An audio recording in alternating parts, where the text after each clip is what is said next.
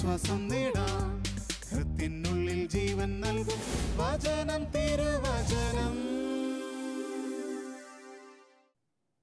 പ്രിയമുള്ളവരെ, നമ്മുടെ ദൈവാനുഭവത്തിൻ്റെ, പ്രത്യേകിച്ച് ക്രൈസ്തവ ദൈവാനുഭവത്തിൻ്റെ ഏറ്റവും പ്രധാനപ്പെട്ട കാര്യമാണ് നാം ദൈവത്തിൻ്റെ സ്നേഹം അനുഭവിക്കുക എന്നുള്ളത്. റോമാലേഖനം 5-ാം അധ്യായത്തിൻ്റെ 5-ാം വാക്യത്തിൽ പറയുന്നുണ്ട്, പ്രത്യാശ നമ്മളെ നിരാശരാക്കുന്നില്ല, പരിശുദ്ധാത്മാവ് വഴി ദൈവത്തിൻ്റെ സ്നേഹം നമ്മുടെ ഹൃദയങ്ങളിലേക്ക് ചൊരിയപ്പെട്ടിരിക്കുന്നു. പ്രിയമുള്ളവർ, ആ ദൈവത്തിൻ്റെ സ്നേഹം ഹൃദയങ്ങളിൽ ചൊരിയപ്പെട്ടാൽ നമ്മുടെ ലൈഫ് ജീവനുള്ളതായി തീരുമെന്നാണ് ഞാൻ മനസ്സിലാക്കുന്നത്. നമ്മൾ ഇന്ന് ചിന്തിക്കുന്നത് അതാ. ദൈവത്തിൻ്റെ സ്നേഹം നമ്മുടെ ഹൃദയങ്ങളിൽ ചൊരിയപ്പെട്ടാൽ അത് നമ്മളെ ജീവനുള്ളവരാക്കും. പ്രത്യേകിച്ച് നമ്മുടെ അന്തരാത്മാവിൽ സമൃദ്ധമായൊരു ജീവൻ്റെ അനുഭവം നമുക്കുണ്ടാക്കാം. അതെങ്ങനെ സാധിക്കും? അതാണ് നമ്മളിന്ന് ചിന്തിക്കുന്നത്. നമുക്കറിയാമല്ലോ, ഉൽപ്പത്തി പുസ്തകത്തിലെ പാപം ചെയ്തപ്പോൾ എന്താണ് സംഭവിച്ചതെന്ന് കർത്താവ് പറഞ്ഞിരുന്നു. തോട്ടത്തിൻ്റെ നടുവിലുള്ള വൃക്ഷത്തിൻ്റെ കനി ഭക്ഷിക്കരുത്, ഭക്ഷിക്കുന്ന ദിവസം നിങ്ങൾ മരിക്കും എന്ന് പറഞ്ഞാൽ ജീവൻ നഷ്ടപ്പെടുമെന്ന്. നാം അവിടെ കാണുന്നുണ്ട്, അവർ കനി ഭക്ഷിച്ചു കഴിഞ്ഞപ്പോൾ അവരുടെ കണ്ണുകൾ തുറക്കപ്പെട്ടുവെന്നും നന്മ തിന്മകൾ തിരിച്ചറിഞ്ഞ് അവർ ദൈവത്തെ പോലെ, അല്ലെങ്കിൽ നന്മകൾ തിരിച്ചറിഞ്ഞു എന്ന് പറയാം വേണമെങ്കിൽ.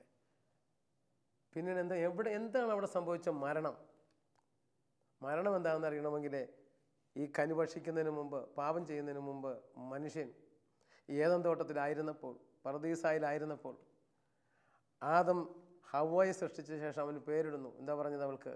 ഇതാ ഒടുവിലിതാ എൻ്റെ അസ്ഥിയിൽ നിന്നുള്ള അസ്ഥിയും മാംസത്തിൽ നിന്നുള്ള മാംസവും നരനിൽ നിന്ന് എടുക്കപ്പെട്ടവളായതുകൊണ്ട് നാരി എന്ന് വിളിക്കപ്പെടും. ഇന്നു മുതൽ ഞങ്ങൾ രണ്ടല്ല ഒന്നാണ്. ഞാൻ പറഞ്ഞാൽ ഇങ്ങനെ പറയും, ഇനി മുതൽ ഞങ്ങൾ രണ്ടല്ല ഒന്നാണ്, ഇരുമയാണെങ്കിലും മനം ഒന്ന് എന്ന് പറയാൻ കാര്യം, അവർക്ക് അന്നേരം ഉണ്ടായിരുന്ന സ്നേഹം.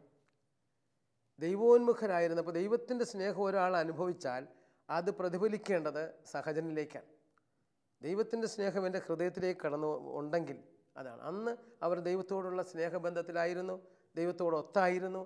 ആ സമയത്ത് അവൻ പറയുകയാണ്, ഒടുവിലിതാ എൻ്റെ അസ്ഥിയിൽ നിന്നുള്ള അസ്ഥിയും മാംസത്തിൽ നിന്നുള്ള മാംസവും നരനിൽ നിന്ന് എടുക്കപ്പെട്ടവളായതുകൊണ്ട് നാരി എന്ന് വിളിക്കപ്പെടും. ഇനി മുതൽ ഞങ്ങൾ രണ്ടല്ല ഒന്നാണ്. ഇതൊന്നാണെന്ന് ഞാൻ പറയാൻ കാരണം വേറെ ഒന്നും കൊണ്ടല്ല. ഇത് പണ്ട് ഞാനിതൊന്ന് മുറിക്കാനായിട്ട് പോയതാണ് ആശുപത്രിയിൽ, അച്ഛനാകണമെന്ന് ആഗ്രഹിച്ചപ്പോൾ. അപ്പോൾ അവിടെ ചെന്നപ്പോൾ ആലപ്പുഴ മെഡിക്കൽ കോളേജിലെ അസ്ഥി വിഭാഗം ഡോക്ടർ എന്നോട് പറഞ്ഞു, തങ്കച്ചാ ഇത് മാത്രം ഒന്ന് അനക്കി തരാമെങ്കിൽ ഞാൻ ഇത് മുറിച്ച് തരാമെന്ന്. അപ്പോൾ ഞാനൊന്ന് അനക്കാൻ തുടങ്ങിയപ്പോൾ ഞാനാണ് അനങ്ങുന്നത്, അല്ലാണ്ട് ഇത് അനങ്ങുന്നില്ല. അപ്പോൾ ഡോക്ടർ എന്നോട് പറയും, ഇത് രണ്ടല്ലടോ, ഇതൊന്നാണ്. ഞാനിത് പറയാൻ കാരണം ഇവർ തമ്മിൽ ജീവബന്ധമാണ്. ഈ ഒരു വിരൽ പോയാൽ ഈ വിരലിന് ജീവനില്ല. ഇതുപോലെയായിരുന്നു ആദ്യം മനുഷ്യനും മനുഷ്യനും തമ്മിലുള്ള ബന്ധം. ഇതാകാൻ കാരണം ദൈവത്തോടുള്ള ഐക്യത്തിൽ, ദൈവം സൃഷ്ടിച്ചത് അവൻ്റെ ജീവശ്വാസം ഊതിയ. അപ്പോൾ ദൈവത്തിൻ്റെ ജീവൻ മനുഷ്യനെ കുടികൊണ്ടപ്പോൾ മനുഷ്യന് ഒരു ജീവബന്ധമുണ്ടായിരുന്നു. ബൈബിളിൻ്റെ ഭാഷയിൽ സ്നേഹമെന്ന് പറയുന്ന പലയിടത്തും ജീവൻ എന്ന വാക്ക് ഉപയോഗിക്കുന്നുണ്ട്.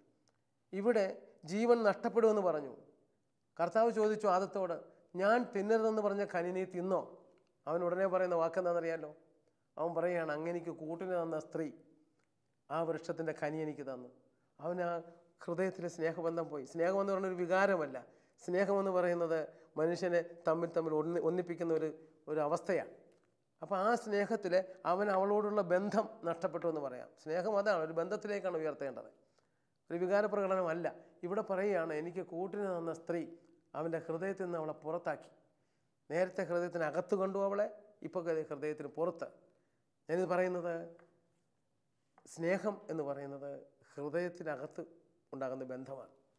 ഇത് ദൈവത്തിൽ നിന്ന് നഷ്ടപ്പെട്ടു പോയാൽ ഇത് ദൈവത്തിന് മാത്രമേ നമുക്ക് തരാൻ സാധിക്കൂ. ഇത് നഷ്ടപ്പെട്ടാൽ നമ്മുടെ കുടുംബത്തിലെ ബന്ധങ്ങൾ ശിഥിലമാകും, നമുക്ക് നമ്മോട് തന്നെയുള്ള ബന്ധം ശിഥിലമാകും, മറ്റുള്ളവരോടുള്ള പ്രപഞ്ചത്തോടുള്ള ബന്ധം ശിഥിലമാകും. ഇതെല്ലാം ജീവൻ നഷ്ടപ്പെടുന്ന ലക്ഷണങ്ങൾ അതൊക്കെയാണ്. ജീവനുള്ളൊരു കുടുംബം എന്ന് പറഞ്ഞാൽ സഹോദരങ്ങൾ ഒരുമിച്ച് നിൽക്കുന്നത്. നല്ല സങ്കീർത്തനം 131 പറയുന്നുണ്ടല്ലോ, സഹോദരർ ഏക മനസ്സോടെ ഒരുമിച്ച് വസിക്കുന്നത് എത്രയോ വിശിഷ്ടവും സന്തോഷപ്രദവുമാണ്.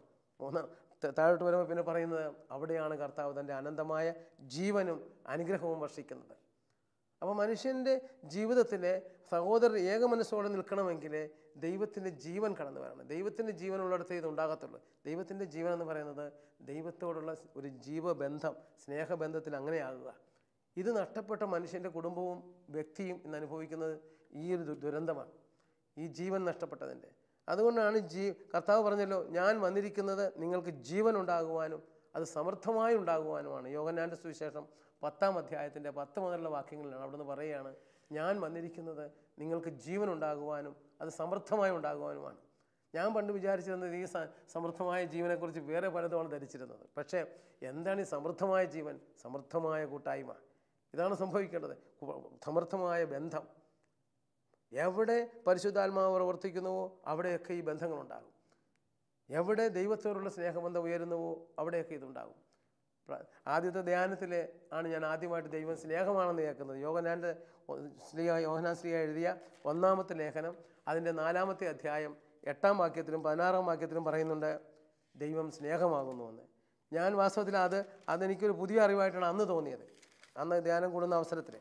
അപ്പം ആ ദൈവം സ്നേഹമാണെന്നുള്ള ആ വാക്ക് എന്നെ ഏറെ സ്വാധീനിച്ച സംഭവമാണ്. 4-ാം അധ്യായത്തിൻ്റെ 7 മുതലുള്ള വാക്യങ്ങൾ. സ്നേഹിക്കുന്ന ഏവനും ദൈവത്തിൽ നിന്നും ജനിച്ചവനാണ്, അവൻ ദൈവത്തെ അറിയുകയും ചെയ്യുന്നു. സ്നേഹിക്കാത്തവൻ ദൈവത്തെ അറിഞ്ഞിട്ടില്ല, കാരണം ദൈവം സ്നേഹമാണ്.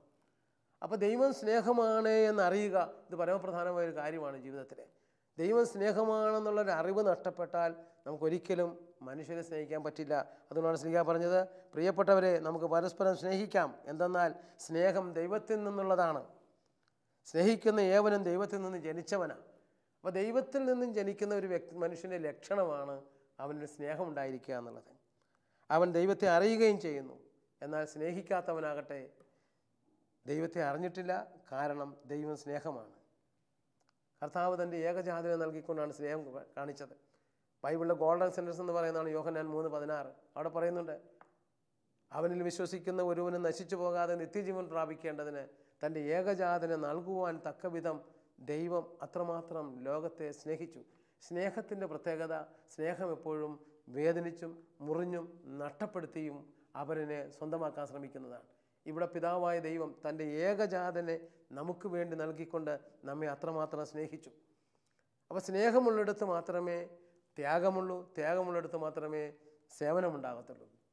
അവരെന്നെ സ്നേഹിക്കുവാനും അവരെന്നെ സേവിക്കുവാനും അവരിന് വേണ്ടി ജീർണിക്കുവാനും കഴിയണമെങ്കിൽ അത് സ്നേഹമായിരിക്കണം എന്നുള്ളത്. ഈ സ്നേഹം ഏദൻ തോട്ടത്തിൽ നമുക്ക് നഷ്ടപ്പെട്ടു പോയി. അത് തിരിച്ചു തരുവാനാണ് വാസ്തവത്തിൽ ദൈവത്തിൻ്റെ അപ്പോൾ മുതലുള്ള തത്രപ്പെടൽ. ഞാൻ ഓർക്കുകയായിരുന്നു, എന്തിനാണ് ഇത്രമാത്രം ദൈവസ്നേഹത്തെക്കുറിച്ച് എവിടെ ചെന്നാലും പ്രസംഗിക്കുന്നത് പണ്ട് കേൾക്കുമായിരുന്നു. എന്തിനാണ് അങ്ങനെ പ്രസംഗിച്ചത്? പ്രവാചകന്മാർ വഴി വിവിധ ഘട്ടങ്ങളിൽ എങ്ങനെ ദൈവം സ്നേഹിച്ചു എന്ന് പറയുന്ന വാക്കുകൾ എന്തിനാണ് അങ്ങനെ പറഞ്ഞത്? ഞാൻ വളരെയധികം കാര്യം ചിന്തിച്ചിട്ടുള്ളൊരു കാര്യമാണ്. ഇപ്പോൾ ഉദാഹരണം പറഞ്ഞാൽ ജെറമ്യ പറയുകയാണ്, ജെറമ്യ 31:20, എഫ്രായിം, നീ എൻ്റെ വത്സല പുത്രനല്ലേ, നീ എൻ്റെ ഓമനക്കുട്ടനല്ലേ, നിനക്ക് വിരോധമായി പെരുമാറുമ്പോഴെല്ലാം നിൻ്റെ സ്മരണ എന്നിൽ ഉദിക്കുന്നു, നിന്നോട് കരുണയുള്ള കർത്താവ് അരുളി ചെയ്യുന്നു, മകനെ, എൻ്റെ ഹൃദയം നിനക്ക് വേണ്ടി തുടിക്കുന്നു. അപ്പോൾ ഹൃദയത്തുടിപ്പോടെ കാത്തിരിക്കുന്ന ഒരു ദൈവത്തെ എന്തിന് പ്രവാചകൻ അങ്ങനെ പറഞ്ഞു? മറ്റൊന്നിനുമല്ല, മനുഷ്യൻ ഈ ഹൃദയത്തുടിപ്പോടെ കാത്തിരിക്കുന്ന ദൈവത്തെ സ്നേഹിച്ചാൽ അവൻ്റെ ജീവിതത്തിലേക്ക് ആ ദൈവത്തിൻ്റെ സ്നേഹം കടന്നു വരികയും ആ സ്നേഹം മറ്റുള്ളവരിലേക്ക് ഒഴുകുകയും ചെയ്യും. ഒരുവൻ ദൈവത്തെ സ്നേഹിക്കാൻ തുടങ്ങുമ്പോൾ മാത്രമേ അവരിലേക്ക് ശരിയായ വണ്ണമുള്ള സ്നേഹം ഒഴുക്കാൻ പറ്റൂ. ഇത് തിരിച്ചറിഞ്ഞ കർത്താവ് താൻ പഠിപ്പിച്ച പ്രാർത്ഥനയിൽ അത് അന്തർലീനമാക്കിയിട്ടുണ്ട്. ഉദാഹരണം പറഞ്ഞാൽ, സ്വർഗസ്ഥനായ ഞങ്ങളുടെ പിതാവേ എന്ന പ്രാർത്ഥന, സ്വർഗസ്ഥനായ പിതാവിനെ കുറിക്കുന്ന 4 വാക്കുകളാണ് ആ പ്രാർത്ഥനയിലുള്ളത്. സ്വർഗസ്ഥനായ ഞങ്ങളുടെ പിതാവേ, അങ്ങയുടെ നാമം പൂജിതമാകണമേ, അങ്ങയുടെ രാജ്യം വരണമേ, അങ്ങയുടെ തിരുമനസ്സ് സ്വർഗത്തിലേതുപോലെ ഭൂമിയിലുമാകണമേ. പിന്നീട് പിതാവിനെ കുറിക്കുന്ന വാക്കുകളില്ല അതിനകത്ത്. എന്നാൽ ആ പ്രാർത്ഥനയുടെ 2-ാം ഭാഗത്ത് നമ്മൾ കാണുന്നത് ഞങ്ങളെ കുറിക്കുന്ന 8 വാക്കുകളാണ് അതിനകത്ത് കാണാൻ സാധിക്കുന്നത്. സ്വർഗസ്ഥനായ ഞങ്ങളുടെ പിതാവേ, പിന്നീട് അന്നു വേണ്ട ആഹാരം ഇന്ന് ഞങ്ങൾക്ക് തരണമേ, ഞങ്ങളോട് തെറ്റ് ചെയ്യുന്നവരോട് ഞങ്ങൾ ക്ഷമിക്കുന്നത് പോലെ ഞങ്ങളുടെ തെറ്റുകൾ ഞങ്ങളോട് ക്ഷമിക്കണമേ, ഞങ്ങളെ പ്രലോഭനത്തിൽ ഉൾപ്പെടുത്തരുത്, തിന്മയിൽ നിന്ന് ഞങ്ങളെ രക്ഷിക്കണമേ. 8 പ്രാവശ്യം. എന്തുകൊണ്ട്? ഒരുവൻ സ്വർഗസ്ഥനായ പിതാവിനെ അപ്പനായി സ്നേഹിക്കാൻ തുടങ്ങിയാൽ അവന് ഇരട്ടി മനുഷ്യരെ സ്നേഹിക്കാനുള്ള കഴിവ് ലഭിക്കുമെന്നുള്ളതാണ്. കർത്താവിൻ്റെ പ്രാർത്ഥനയിൽ അത് ഉൾക്കൊള്ളിക്കാൻ കാരണം അതാണ്. നാം ദൈവത്തെ സ്നേഹിക്കുക. അപ്പോൾ അങ്ങനെയുള്ള സ്നേഹം മനുഷ്യനിലേക്ക് വർഷിച്ചെങ്കിലേ മനുഷ്യൻ യഥാർത്ഥത്തിൽ ജീവനുള്ളവനാകാൻ ഒക്കൂ. ഒരു കുടുംബം ജീവനുണ്ടെന്ന് പറയുന്നത് ആ കുടുംബത്തിലെ സഹോദരങ്ങൾ ഏക മനസ്സോടെ ഒരുമിച്ച് വസിക്കുമ്പോഴാണ്. അവിടെ ഭാര്യ, ഭർത്താവും, മക്കളും, മാതാപിതാക്കളും ഇവരൊക്കെ തമ്മിൽ ഒരുമിച്ച് ഹൃദയത്തിൽ ഒരേ ഒരു സ്നേഹത്തിൽ വളരുമ്പോഴാണ് ആ കുടുംബം ജീവനുള്ള കുടുംബമാണെന്ന് പറയാൻ സാധിക്കുന്നത്. അപ്പോൾ ഇവിടെ ആ സ്നേഹം നമുക്ക് തരിക എന്നതാണ് ദൈവസ്നേഹത്തിൻ്റെ പ്രവാചകന്മാർ വഴി ദൈവസ്നേഹം വിളിച്ചറിയിച്ചതിൻ്റെ ഉദ്ദേശം അതാണ്. അപ്പോൾ എഫ്രായിം, നീ എൻ്റെ വത്സല പുത്രനല്ലേ, നീ എൻ്റെ ഓമന കുട്ടനല്ലേ, നിനക്ക് വിരോധമായി പെരുമാറുമ്പോഴെല്ലാം നിൻ്റെ സ്മരണ എന്നിൽ ഉദിക്കുന്നു, നിന്നോട് കരുണയുള്ള കർത്താവ് അരുളി ചെയ്യുന്നു, മകനെ എൻ്റെ ഹൃദയം നിനക്ക് വേണ്ടി തുടിക്കുന്നു. അപ്പോൾ ഹൃദയത്തുടിപ്പോടെ കാത്തിരിക്കുന്ന ഒരു ദൈവത്തെ കണ്ടെത്തിയാൽ ഒരു ഗുണം എന്താണെന്നറിയാമോ? നമുക്ക് മറ്റുള്ളവരെ കാണുമ്പോൾ അറിയാം, അവൻ കർത്താവിൻ്റെ വത്സല പുത്രനാണ്, അവന് വിരോധമായി പെരുമാറുമ്പോഴെല്ലാം അവൻ്റെ സ്മരണ കർത്താവിൻ്റെ ഉള്ളിൽ ഉദിക്കുന്നുണ്ട്. അവൻ്റെ ഹൃദയത്തുടിപ്പോടെ കാത്തിരിക്കുന്ന ഒരു ദൈവം അവനുണ്ട്. അപ്പോൾ എന്ത് പറ്റും? ഈ ദൈവത്തെ ഞാൻ ഹൃദയത്തുടിപ്പോടെ എന്നെ സ്നേഹിക്കുന്നു എന്നറിഞ്ഞാൽ ഞാൻ മനസ്സിലാക്കേണ്ട ഒരു കാര്യം, എൻ്റെ ചുറ്റുമുള്ള എല്ലാ മനുഷ്യരും ഇതേ സ്നേഹത്തിന് പാത്രീഭൂതരാണ്. ആ സ്നേഹമാണ് നമ്മളെ തമ്മിൽ ഒന്നിപ്പിക്കുന്നത്. ആ ഒരു ഒന്നിപ്പിക്കൽ പരിശുദ്ധാത്മാവുള്ള അടുത്ത് ഉണ്ടാകേണ്ടതാണ്. ആദിമകാലത്ത് നവീകരണ ധ്യാനം കൂടിയപ്പോഴേ, ആദിമകാലം എന്ന് ഞാൻ പറയാൻ കാരണം 50-ാം പിറന്നാൾ ജൂബിലി ആഘോഷിക്കുന്ന ഈ സന്ദർഭത്തിലെ തുടക്കത്തിലുണ്ടായിരുന്ന സ്നേഹം പലപ്പോഴും മനുഷ്യർക്ക് നഷ്ടപ്പെട്ടു പോയി. പ്രാർത്ഥനാ ഗ്രൂപ്പുകളിലൊക്കെ ആണെങ്കിൽ അന്ന് ഏത് സ്നേഹം ലഭിക്കാത്ത സിറ്റുവേഷനിൽ ജീവിക്കുന്ന ആളും ഒരു പ്രാർത്ഥനാ ഗ്രൂപ്പിൽ വന്നാൽ അവിടെ കിട്ടാത്ത സ്നേഹം, അവിടെ കിട്ടാത്ത അംഗീകാരം, അവർക്ക് ലോകം നൽകാത്ത പരിഗണന, ഇതൊക്കെ ഇവിടെ കിട്ടിയിരുന്നു. അതിന് കാരണം അന്നത്തെ ആൾക്കാർ ദൈവസ്നേഹം തിരിച്ചറിഞ്ഞപ്പോൾ അവർക്ക് മനസ്സിലായി അതേ സ്നേഹം അനുഭവിക്കുന്ന വ്യക്തിയാണിത്. അവിടെ ഒരു പൊതു ഘടകമുണ്ടായിരുന്നു ആ കൂട്ടായ്മയ്ക്ക്, അത് ദൈവത്തിൻ്റെ സ്നേഹമായിരുന്നു. ആ സ്നേഹം ഒന്നിച്ച് ഇത് തന്നെ ഏത് പ്രവാചക വചനങ്ങൾ എടുത്തു നോക്കിയാലും നമുക്ക് കാണാം, അത് നമുക്ക് വേണ്ടി മാത്രമുള്ളതല്ല, മറ്റുള്ളവർക്കും ഉള്ളതാണ്. യെശയ്യാ പ്രവാചകൻ്റെ പുസ്തകം 49-ാമത്തെ അധ്യായത്തിലെ എൻ്റെ കർത്താവ് എന്നെ മറന്നു കളഞ്ഞു, എൻ്റെ കർത്താവ് എൻ്റെ ഓഹരി കണക്കിലെടുക്കുന്നില്ല എന്ന് പറഞ്ഞ് ഇസ്രായേൽ കരഞ്ഞപ്പോൾ കർത്താവ് കൊടുത്ത മറുപടിയാണ്, മുല കുടിക്കുന്ന കുഞ്ഞിനെ പെറ്റമ്മയ്ക്ക് മറക്കാനൊക്കുമോ? അവൾ മറന്നാലും ഞാൻ നിന്നെ മറക്കുകയില്ല. പ്രിയമുള്ളവരെ, മുല കുടിക്കുന്ന കുഞ്ഞിനെ പെറ്റമ്മയ്ക്ക് മറക്കാനൊക്കുമോ? അവൾ മറന്നാലും ഞാൻ നിന്നെ മറക്കുകയില്ല. എൻ്റെ ഒരു സ്നേഹിതൻ എന്നോട് ഒരിക്കൽ പറഞ്ഞ്, എനിക്ക് ഈ വചനമാണ് എൻ്റെ ജീവിതത്തിൽ മാനസാന്തരം ഉണ്ടാക്കിയത്. മുല കുടിക്കുന്ന കുഞ്ഞിനെ പെറ്റമ്മയ്ക്ക് മറക്കാനൊക്കുമോ? അവൾ മറന്നാലും ഞാൻ നിന്നെ മറക്കുകയില്ല. പ്രിയമുള്ളവരെ, അതിനിൽ മാനസാന്തരം ഉണ്ടാക്കിയെങ്കിൽ അതിൻ്റെ അടയാളം എന്താണെന്ന് പറഞ്ഞാൽ, മറ്റൊരു മനുഷ്യനെ കാണുമ്പോൾ അവനോടും ദൈവം ഇത് പറയുന്നുണ്ട്. ദൈവം ഇങ്ങനെ സ്നേഹിക്കുന്നവനാണ് അവൻ എന്ന് കണ്ട് അവനെ സ്നേഹിക്കാൻ തുടങ്ങുമ്പോഴാണ് ഈ സ്നേഹം ഞാൻ അനുഭവിച്ചു എന്ന് പറയുന്നതിന് അർത്ഥമുണ്ടാകുന്നത്. മുല കുടിക്കുന്ന കുഞ്ഞിനെ പെറ്റമ്മയ്ക്ക് മറക്കാനൊക്കുമോ? അവൾ മറന്നാലും ഞാൻ നിന്നെ മറക്കുകയില്ല. സത്യം അതാണ്. അങ്ങനെ സ്നേഹിക്കുന്ന ദൈവത്തിൻ്റെ സ്നേഹം തങ്കച്ചൻ അനുഭവിച്ചാൽ തങ്കച്ചന് തീർച്ചയായിട്ടും അവൻ കണ്ടുമുട്ടുന്ന വ്യക്തിയെയും ദൈവം അതുപോലെ സ്നേഹിക്കുന്നുവെന്ന് കണ്ടെത്തി അവനുമായിട്ടൊരു ഒരു കൂട്ടായ്മ ഉണ്ടാകും. ഈ കൂട്ടായ്മയാണ് ക്രൈസ്തവ ജീവൻ. ബൈബിളിലുടനീളം നമുക്ക് കാണാം ആ ജീവനെക്കുറിച്ച് പറയുന്നത്. ഏത് ദൈവസ്നേഹത്തിൻ്റെ വാക്കുകൾ എടുത്ത് നോക്കട്ടെ. അമ്മയോട് വഴക്കടിച്ച് നിൽക്കുന്ന ഒരു സഹോദരി ഒരിക്കൽ പറയുകയായിരുന്നു, മുല കുടിക്കുന്ന കുഞ്ഞിനെ പെറ്റമ്മയ്ക്ക് മറന്നാലും മറക്കാത്തൊരു ദൈവമുണ്ട്, അതുകൊണ്ട് എനിക്ക് എൻ്റെ അമ്മയോട് യാതൊരു ബന്ധവും വേണ്ട. അതിൻ്റെ അർത്ഥം ആ സഹോദരി ഇതുവരെ വ്യക്തമായും ദൈവത്തിൽ നിന്ന് ആ സ്നേഹം സ്വീകരിച്ചിട്ടില്ല. അവൾ അമ്മയെ വെറുക്കാനല്ല, മറിച്ച് ആ അമ്മയ്ക്ക് ആ സ്നേഹം അമ്മയോടും പിതാവായ ദൈവം കാണിക്കുന്നുണ്ട് എന്ന് തിരിച്ചറിഞ്ഞ് ആ അമ്മ സ്നേഹിക്കാതിരിക്കുകയോ അമ്മ വെറുക്കുകയോ ചെയ്യുമ്പോഴും ആ അമ്മയെ സ്നേഹിക്കാൻ അവൾക്ക് കഴിയുമ്പോഴാണ് അവൾ ഈ വചനം സ്വീകരിച്ചു എന്ന് പറയാൻ സാധിക്കുന്നത്.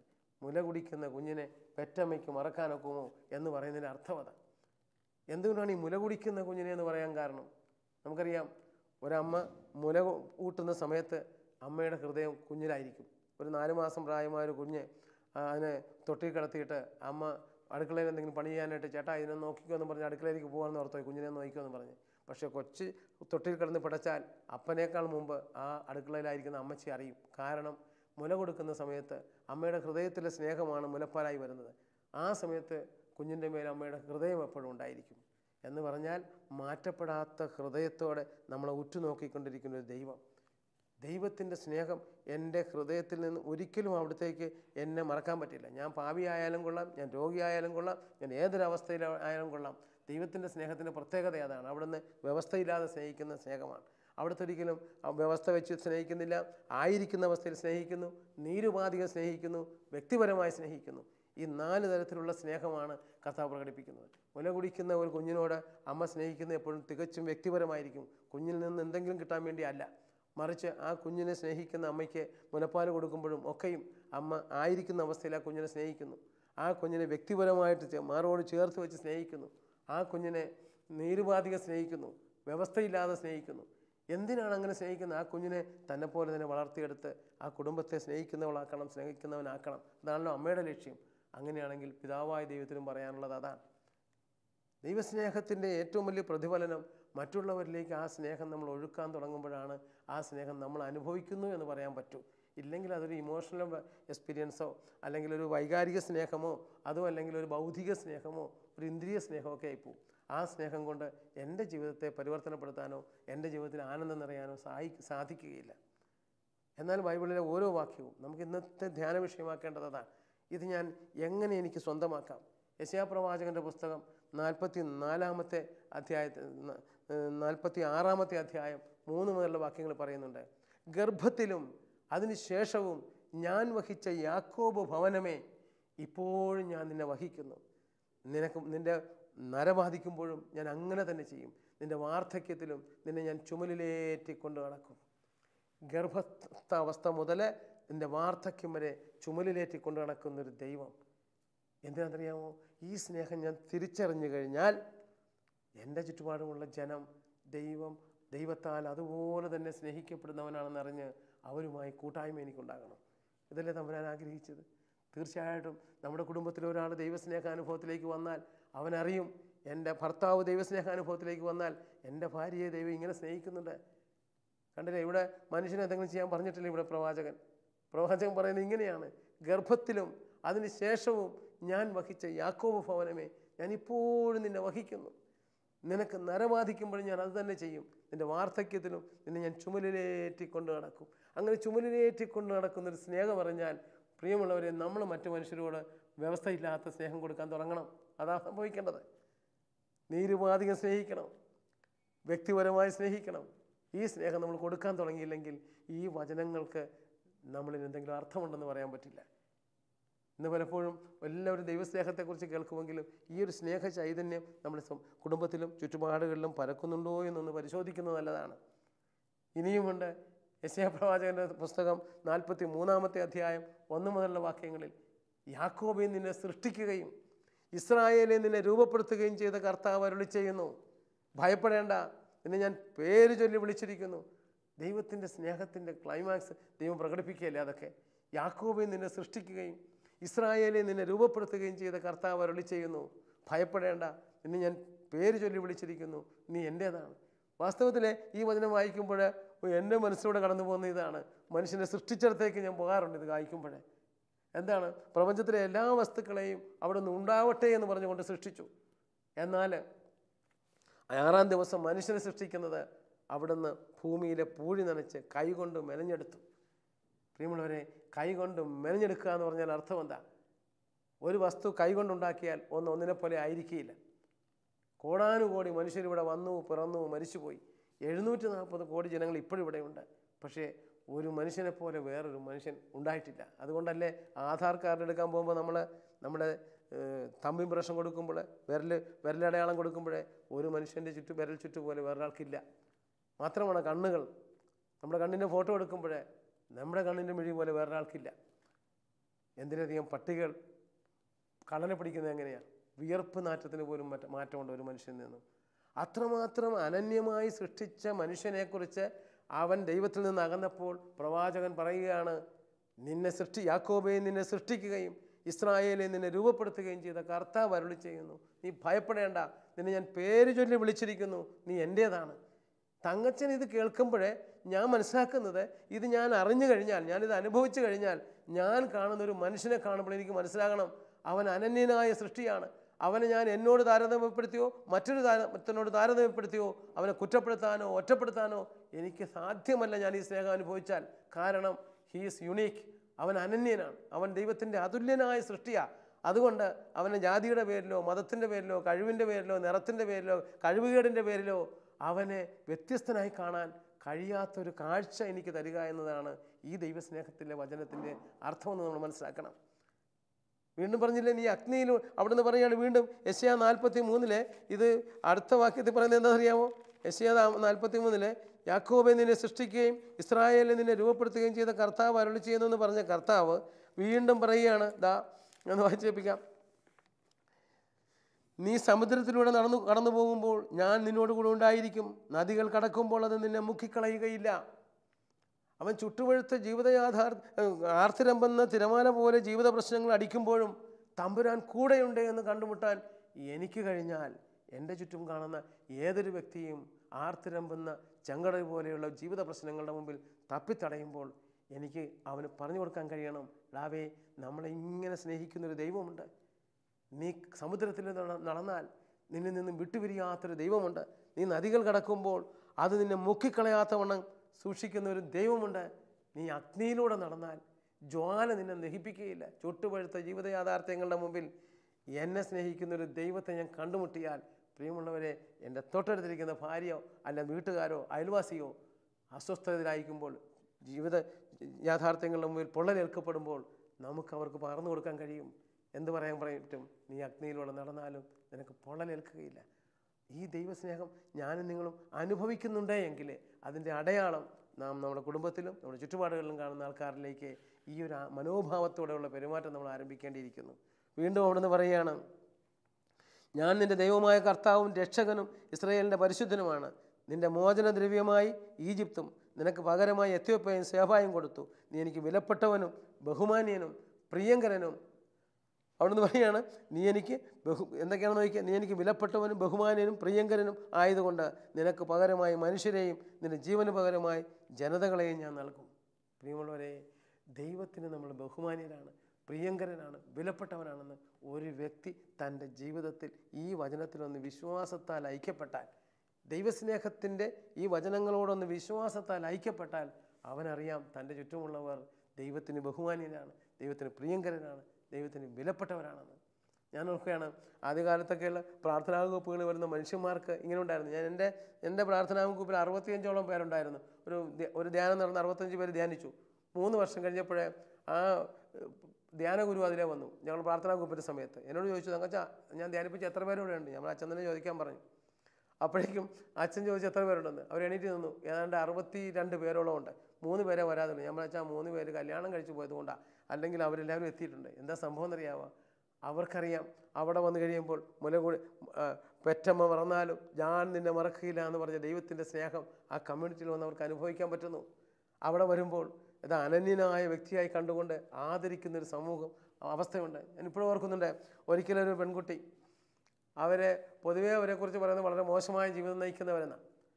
അവളിതുപോലെ പ്രാർത്ഥനാ ഗ്രൂപ്പിൽ വന്ന് ചേർന്നോട്ടെ എന്ന് ചോദിച്ചു. ഞാൻ വരാൻ പറഞ്ഞു. അവളെ വിളിച്ച് കൊണ്ടുവന്നു. അപ്പോഴേക്കും എന്നോട് തന്നെ എൻ്റെ അടുത്തുള്ള ഒരാൾ പ്രാർത്ഥനാ ഗ്രൂപ്പിൽ ചില ആൾക്കാർ പറഞ്ഞു, അങ്ങനെ ഇവളെ ശരിയാകല കേട്ടോ, ഇവൾ മറ്റു പലരെയും പാപത്തിലേക്ക് കൊണ്ടുപോകാൻ സാധ്യതയുണ്ട്. നമ്മളില്ല, പാപികളെ രക്ഷിക്കുന്ന കർത്താവല്ലേ, പാപികളെ തേടി വന്ന കർത്താവല്ലേ, കർത്താവ് തൻ്റെ സ്നേഹം അങ്ങനെയല്ലേ അവരിൽ പ്രകടിപ്പിച്ചിരിക്കുന്നത്. അതുകൊണ്ട് അവളുടെ മേലൊരു കണ്ണുണ്ടാകും. അപ്പോൾ ഞങ്ങൾക്ക് അവിടെ ഫാക്ടറി ഉണ്ട്. ആ ഫാക്ടറിയിൽ ജോലിക്കായിട്ടാണ് ഇവൾ വന്നത് ആദ്യം. അപ്പോൾ ജോലിക്കെടുത്തപ്പോഴും പ്രശ്നമുണ്ടായി. കാരണം ഇവൾ വളരെ മോശമായിട്ടുള്ള ജീവൻ നയിക്കുന്ന പെണ്ണിനെടുത്താൽ മറ്റു പിള്ളേരെ നശിപ്പിക്കുമെന്ന് പറഞ്ഞ് വഴക്ക് പറഞ്ഞു. അപ്പോഴും ഞാൻ പറഞ്ഞു, കർത്താവ് അങ്ങനെയല്ലല്ലോ, അവൻ പാപികളെ തേടി വന്നവനല്ലേ, അവൻ പാപികളെ സ്നേഹിച്ചവനല്ലേ, അവളുടെ മേലൊരു കണ്ണുണ്ടായാൽ മതി നമുക്ക്. ഞാൻ ഓർക്കുന്നു, ആ പെൺകുട്ടി പ്രാർത്ഥനാ ഗ്രൂപ്പിൽ ധ്യാനം കൂടി. അത് കഴിഞ്ഞപ്പോൾ അവൾക്ക് ദർശനപരവും അവൾക്ക് ചില ഭാഷാപരവും ഒക്കെ കിട്ടി. അവൾ വളരെ ആക്റ്റീവായി.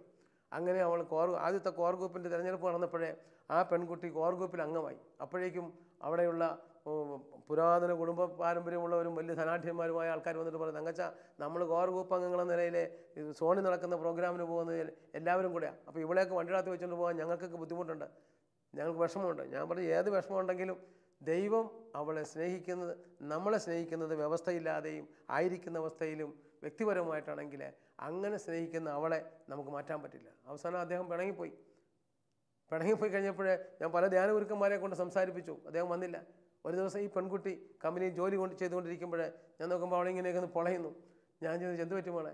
അപ്പോഴാണ് അവൾ കാണിച്ചു തരുന്നത് ചില പാപജീവിതത്തിലേക്ക് അവളെ വലിച്ചിഴക്കാൻ ശ്രമിച്ച കുടുംബാംഗങ്ങളുടെ നിർബന്ധത്തിന് വഴങ്ങാതെ അവൾ പറഞ്ഞു, എൻ്റെ ശരീരം കർത്താവിൻ്റെ ആലയമാണിപ്പോൾ, ഈ കർത്താവിൻ്റെ ആലയത്തെ കർത്താവിൻ്റെ ശരീരമാണിപ്പോൾ, ഈ ശരീരത്തിൽ എനിക്ക് വേശ്യയുടെ അവയവമാക്കാൻ ഒക്കത്തില്ല എന്ന് പറഞ്ഞുകൊണ്ട് പാപത്തിനോട് ചേർത്ത് നിന്നതിൻ്റെ ഫലമായിട്ട് ചട്ടകം പഠിപ്പിച്ച് വെച്ചാണ് കണ്ടത്. അങ്ങനെ ഇരുന്ന പെൺകുട്ടി, അവളെയാണ് കോർ ഗ്രൂപ്പങ്ങളെ ഗ്രൂപ്പിലെടുത്തെന്ന് പറഞ്ഞ് പോകുന്നത്. പാപത്തോടുള്ള യുദ്ധം ചെയ്യാൻ ചെയ്ത കുട്ടി, അവൾ ദൈവത്തെ അറിഞ്ഞവളാണ്. വർഷങ്ങൾ കഴിഞ്ഞ 2 വർഷം മുമ്പ് ഒരു പള്ളിയിൽ ഒരു സ്ഥലത്തൊരു ധ്യാനം നടത്താൻ ചെന്നപ്പോഴേ അവിടുത്തെ വികാരിച്ചൻ പറഞ്ഞു, അന്ന് കമ്പനിയിലുണ്ടായിരുന്ന ഒരു പെങ്കൊച്ചിന് ഒരു ചേച്ചിക്ക് തങ്കച്ചാനെ കാണണം. എന്താണെന്ന് പറഞ്ഞാൽ എൻ്റെ ഒരു സ്റ്റേഷൻ പള്ളിയുണ്ട് 16 കിലോമീറ്റർ അകലെ. ആ പള്ളിയിലേക്ക് മഴക്കാലത്തൊക്കെ ചെല്ലുമ്പോൾ 1 മണിക്കൂർ അരമണിക്കൂറൊക്കെ ലേറ്റാവും. ആ സമയത്ത് ഒരു 65 കുടുംബങ്ങൾ നടന്ന വ്യക്തികളെ അന്നത്തെ വചനം പങ്കുവെച്ച് അവരെ പ്രാർത്ഥിപ്പിച്ച് അവർക്ക് പാട്ടുപാടി അവരെല്ലാവരും ഇരുത്തുകയും ആ 65 കുടുംബത്തെയും സജീവമായ ഒരു വിശ്വാസത്തിൽ ഉറപ്പിച്ച് തീർന്ന ഒരു ചേച്ചിയാണ് അതെന്നൊക്കെ എന്നോട് പറഞ്ഞു. ഞാൻ അടുത്ത ഉച്ചയ്ക്ക് വന്നപ്പോൾ അവളെ കാണാൻ വന്നപ്പോഴാണ് നോക്കിയപ്പോൾ ഈ പെൺകുട്ടിയാണ്. ഞാൻ പറയുന്നത് ദൈവത്തിൻ്റെ സ്നേഹം അനുഭവിക്കുന്ന ഒരു വ്യക്തി ഏത് തരക്കാരനാണെന്നോ ഏത് തരക്കാരിയാണെന്നോ നമുക്ക് പറയാൻ പറ്റില്ല. അത് അനുഭവിച്ചാൽ അത് എൻ്റെ കമ്മ്യൂണിറ്റി അറിയും. അതുകൊണ്ട് നമുക്കിന്ന് ചിന്തിക്കേണ്ടത് ഇതാണ്, ഞാൻ ദൈവത്തിൻ്റെ സ്നേഹം അനുഭവിച്ചറിഞ്ഞിട്ടുണ്ടെങ്കിൽ തീർച്ചയായിട്ടും ആ ദൈവസ്നേഹം എന്നിൽ നിന്നും മറ്റുള്ളവരിലേക്ക് ഒഴുകണം. എനിക്ക് ദൈവം എന്നെ വ്യക്തിപരമായി ആയിരിക്കുന്ന അവസ്ഥയിൽ വ്യവസ്ഥ കൂടാതെ സ്നേഹിക്കുന്നുണ്ടെങ്കിൽ എന്തുകൊണ്ട് എനിക്ക് ചുറ്റുമുള്ള പാപികളെ, എനിക്ക് ചുറ്റുമുള്ള പാപജീവിതം നയിക്കുന്നവരെ അങ്ങനെ ആയിക്കൂടാ?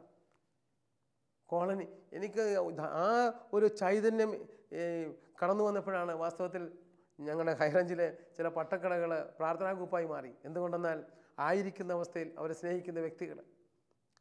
ഞാൻ ഓർക്കുന്നുണ്ട്, ഒരിക്കലെ രൂപതയിൽ നിന്ന് ബിഷപ്പ് വന്നപ്പോൾ പോലും ഈ ആൾക്കാർ ഓടിച്ചു നിന്നിട്ട് പറയുകയാണ്, ഞങ്ങളെ സ്നേഹത്തിലേക്ക് കൊണ്ടുവന്ന് ഞങ്ങളെ ഈ സ്നേഹം അറിയിച്ച ഈ പ്രാർത്ഥനാ ഗ്രൂപ്പ്.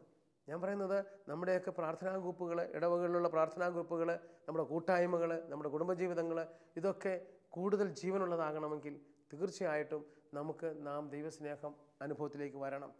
യോഹന്നാൻ ശ്ലീഹ പറയുന്ന വാക്കുകൾ പറഞ്ഞുകൊണ്ട് നമുക്ക് പ്രാർത്ഥിച്ച് സമാപിക്കാം. ഇതാ യോഹന്നാൻ ശ്ലീഹയുടെ വാക്കുകൾ ഇതാണ്. ഞാൻ യോഹന്നാൻ ശ്ലീഹ എഴുതിയ 1-ാമത്തെ ലേഖനം 1-ാം അധ്യായത്തിൻ്റെ ഇതാണ് 2 മുതലുള്ള വാക്യങ്ങൾ. ജീവൻ വെളിപ്പെട്ടു, ഞങ്ങളത് കണ്ടു, അതിന് സാക്ഷ്യം നൽകുകയും ചെയ്തു. പിതാവിനോടുകൂടി ആയിരുന്നതും ഞങ്ങൾക്ക് വെളിപ്പെട്ടതുമായ നിത്യജീവൻ ഞങ്ങൾ നിങ്ങളോട് പ്രഘോഷിക്കുന്നു. ഞങ്ങൾ കാണുകയും ഞങ്ങൾ കേൾക്കുകയും ചെയ്തത് നിങ്ങളെയും ഞങ്ങൾ അറിയിക്കുന്നു. ഞങ്ങളുമായി നിങ്ങൾക്ക് കൂട്ടായ്മ ഉണ്ടാകേണ്ടതിനാണ് ഞങ്ങളിത് പ്രഘോഷിക്കുന്നത്. ഞങ്ങളുടെ കൂട്ടായ്മയാകട്ടെ പിതാവിനോടും അവിടുത്തെ പുത്രനായ യേശുക്രിസ്തുവിനോടും. പ്രിയമുള്ളവരെ, നാം കൂട്ടായ്മയിലാകാൻ സാധിക്കണമെങ്കിൽ ദൈവത്തിൻ്റെ സ്നേഹം നമ്മുടെ ഹൃദയത്തിലേക്ക് കടന്നു വരണം. അപ്പോൾ പിതാവായ ദൈവത്തോടും യേശുക്രിസ്തുവിനോടുള്ള കൂട്ടായ്മ എന്ന് പറഞ്ഞാൽ സ്നേഹബന്ധം എന്നിലുണ്ടാകുമ്പോൾ എനിക്ക് ചുറ്റുമുള്ളവർക്ക് എന്നോട് ആ സ്നേഹബന്ധം ഉണ്ടാകും. അങ്ങനെ നമ്മുടെ കുടുംബവും നമ്മുടെ സമൂഹവും നമ്മുടെ ചുറ്റുപാടുകളും ഒരു സ്നേഹം മാത്രമായ ദൈവത്തിൻ്റെ അല്ലെങ്കിൽ സ്നേഹമാകുന്ന ദൈവത്തിൻ്റെ പ്രതിച്ഛായകളായും പ്രതിഫലനങ്ങളായും മാറുവാനിടയാകട്ടെ. നമുക്കൊന്ന് കൈകൾ കൂപ്പി കർത്താവിൻ്റെ സന്നിധിയിലാകാം. സ്നേഹമുള്ള ഈശോയെ, ജീവൻ പ്രത്യക്ഷപ്പെട്ടു. അത് മറ്റൊന്നും അറിയുന്നില്ല, ഞങ്ങളോടുള്ള സ്നേഹം പ്രകടിപ്പിക്കുവാൻ അങ്ങ് മനുഷ്യനായി അവതരിച്ച് ഞങ്ങളെ സ്നേഹിച്ചു, ഞങ്ങളെ സേവിച്ചു, ഞങ്ങൾക്ക് വേണ്ടി അങ്ങ് ജീർണിച്ചില്ലാതായി. കർത്താവെ, ഞങ്ങളും ദൈവത്തിൻ്റെ സ്നേഹം അനുഭവിക്കുന്നുവെങ്കിൽ മറ്റുള്ളവരെ സ്നേഹിക്കുവാനും അവർക്ക് സേവനം ചെയ്യുവാനും അവർക്ക് വേണ്ടി ഞങ്ങളുടെ ആരോഗ്യവും മനസ്സും ഒക്കെ വ്യയം ചെയ്യുവാൻ ഞങ്ങൾക്ക് സാധിക്കുമല്ലോ. ഞങ്ങളുടെ സമ്പത്തിൻ്റെയും ഞങ്ങളുടെ സമയത്തിൻ്റെയും ഞങ്ങളുടെ ആരോഗ്യത്തിൻ്റെയും ഒക്കെ ബൃഹത്തായ ഭാഗം മറ്റുള്ളവർക്ക് വേണ്ടി മാറ്റിവെക്കാൻ ഞങ്ങളെ അനുഗ്രഹിക്കണമേ. പിതാവിൻ്റെയും പുത്രൻ്റെയും പരിശുദ്ധാത്മാവിൻ്റെയും നാമത്തിൽ ആമേൻ.